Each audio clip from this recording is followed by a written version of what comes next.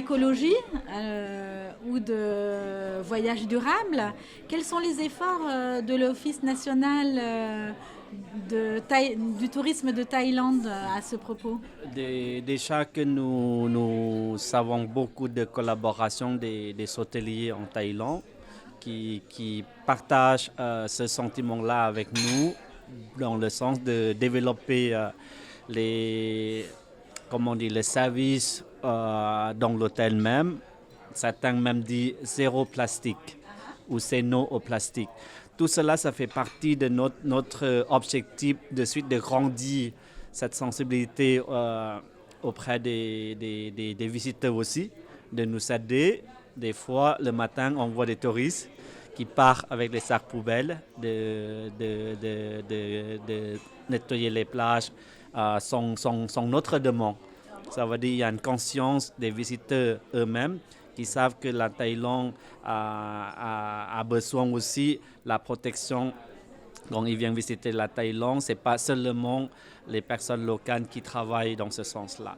Non, on a avancé petit à petit. Bien entendu, on ne peut pas changer le monde en 3 jours, mais je pense qu'on prend conscience de ça. Votre vénéré roi, qui est décédé il y a 2 ans, était quelqu'un qui était très visionnaire sur ces sujets de l'écologie. Non, je ne me trompe pas, il avait pris depuis très longtemps un certain nombre de positions. Quand on parle de l'écologie, on parle également de la protection de la nature. Par exemple, je vous donne un exemple, le projet qu'il a fait, qui s'appelle Kui Buri, c'est un parc national, Kui Buri, pas très loin de la province de Hua Hin, où il y a ton hôtel, encore une fois. Et magnifique l'hôtel Consantara. Et non, je dois citer ça dans le sens que des fois, quand on part dans des destinations soi-disant connues, par exemple, si on part à Cannes, il ne faut pas oublier, il y a d'autres endroits à visiter autour. Donc, c'est la même chose.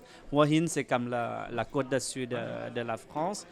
Donc, c'est à peu près 1 heure de là. Vous allez arriver dans un parc national immense que le roi a été fait pour la protection de la nature. Donc, vous pouvez assister ou observer les animaux sauvages, les éléphants sauvages, qu'on pourra imaginer que la Thaïlande a fait des efforts à part de la protection de l'environnement. D'autres pays de la région.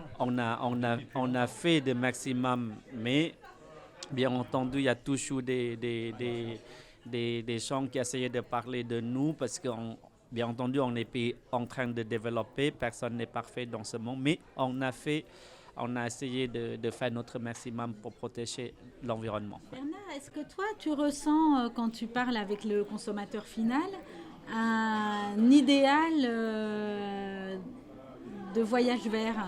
Alors, je vais revenir sur 2 pays que je compare très souvent dans les conférences que je donne ou dans les animations. Je compare toujours le Costa Rica avec la Thaïlande. Costa Rica, par nature, ils ont choisi d'être écologiques, d'accord ? Mais en fait, quand on les voit très peu sur ce marché-là, ils sont très présents dans leur philosophie, c'est leur ADN, mais en termes de communication et de volume, on ne voit pas grand monde partir au Costa Rica. Moi, je trouve que l'exemple de la Thaïlande est très intéressant. Pourquoi je prends l'exemple de la Thaïlande ? Pourquoi ? Parce qu'avec des films cultes comme La Plage avec Kopipi et les artistes qu'on connaît qui ont rendu cette plage mythique, avec les conséquences qu'on connaît, on a vu le gouvernement, on a vu les autorités locales qui ont bloqué les bateaux à une certaine distance pour qu'ils ne puissent plus amarrer carrément sur la plage, l'envahir et ne plus, en fait, compte, garder la beauté de cet endroit. Et je pense que cette prise de conscience que tu as évoquée avec ce roi qui était visionnaire amène aujourd'hui dans la politique qu'il a influencé et mis en place une continuité et que les gens apprécient. Parce qu'il y aura toujours des voyageurs comme nous qui pollueront parce qu'on utilisera un avion. Mais quand on va aller sur une destination qui est plus verte qu'une autre, on aura le sentiment que ce que nous avons dépensé dans l'utilisation de l'avion, on l'aura compensé par des choix arbitraires de plages, d'endroits, d'hôtels qui ont cette philosophie.